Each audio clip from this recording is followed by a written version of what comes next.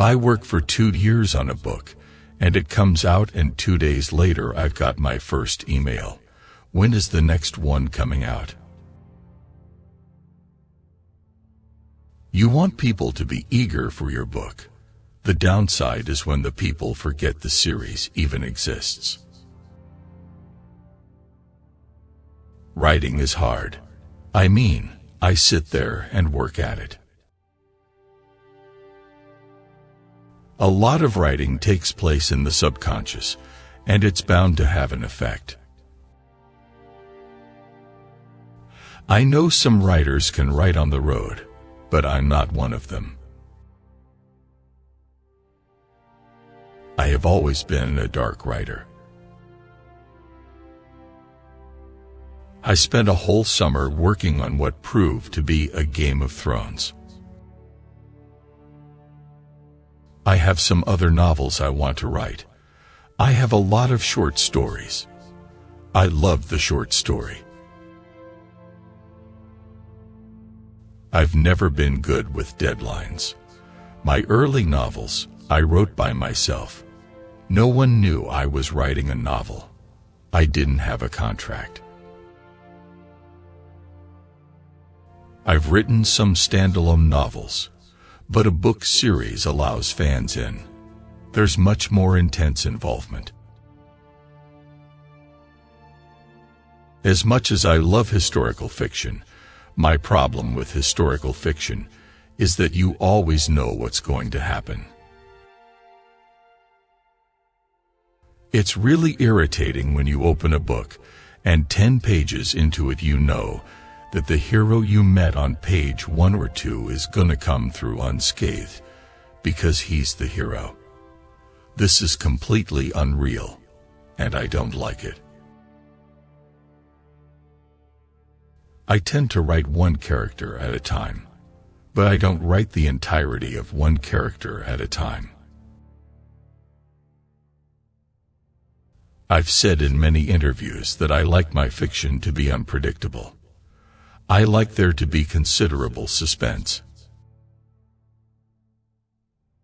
Whenever I switch from one character to another, there's always a few days where I really struggle because I'm changing voices and I'm changing ways of looking at the world. I'm not just flicking a switch. It's a harder process than that. When I am writing best, I really am lost in my world. I lose track of the outside world. I have a difficult time balancing between my real world and the artificial world. With a book, I am the writer, and I am also the director, and I'm all of the actors, and I'm the special effects guy and the lighting technician. I'm all of that. So if it's good or bad, it's all up to me. I have a huge emotional attachment to characters I've created, especially the viewpoint characters. When the writing is going really well, whole days and weeks go by, and I suddenly realize I have all these unpaid bills, and my God, I haven't unpacked, and the suitcase has been sitting there for 3 weeks. If I was a soldier going to war, I'd be pretty scared the night before a battle. It's a scary thing. And I want my readers to feel that fear as they turn the page. I've always preferred writing about gray characters and human characters. Whether they are giants or elves or dwarves, or whatever they are, they're still human. And the human heart is still in conflict with the self. I've never been a fast writer.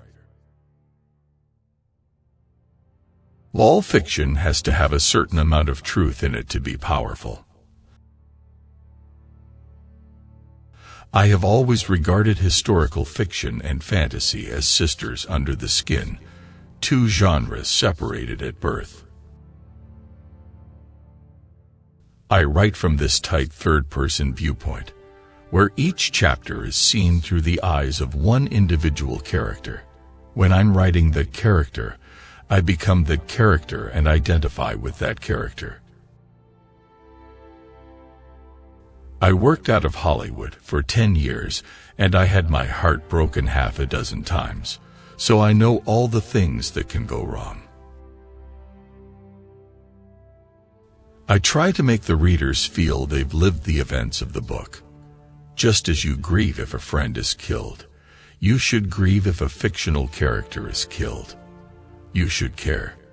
If somebody dies, and you just go get more popcorn, it's a superficial experience, isn't it? I have idea files of books that I want to write one of these days, stories I want to write one of these days, but I'll probably never get to them. When I'm writing from a character's viewpoint, in essence I become that character. I share their thoughts.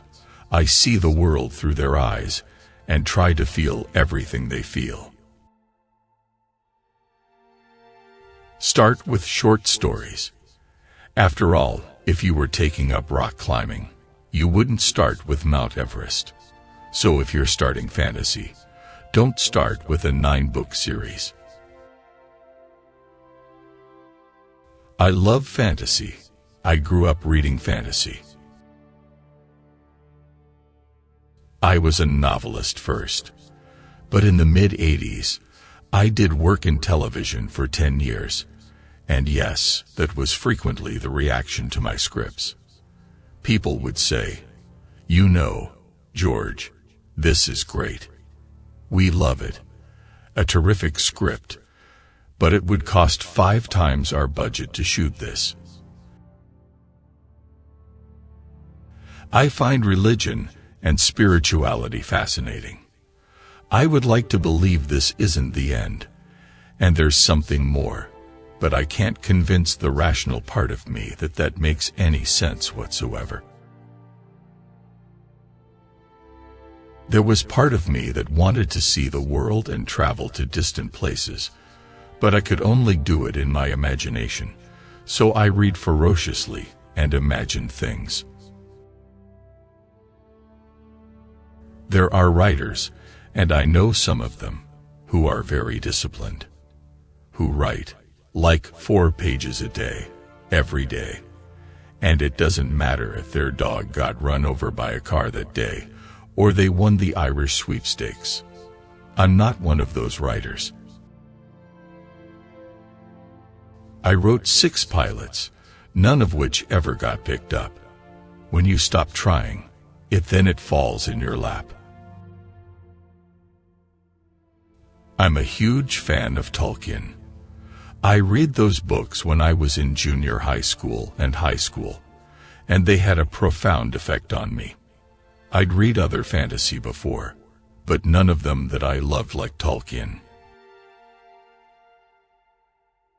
The success that the Tolkien books had redefined modern fantasy. I never liked Gandalf the White as much as Gandalf the Grey, and I never liked him coming back. I think it would have been an even stronger story if Tolkien had left him dead.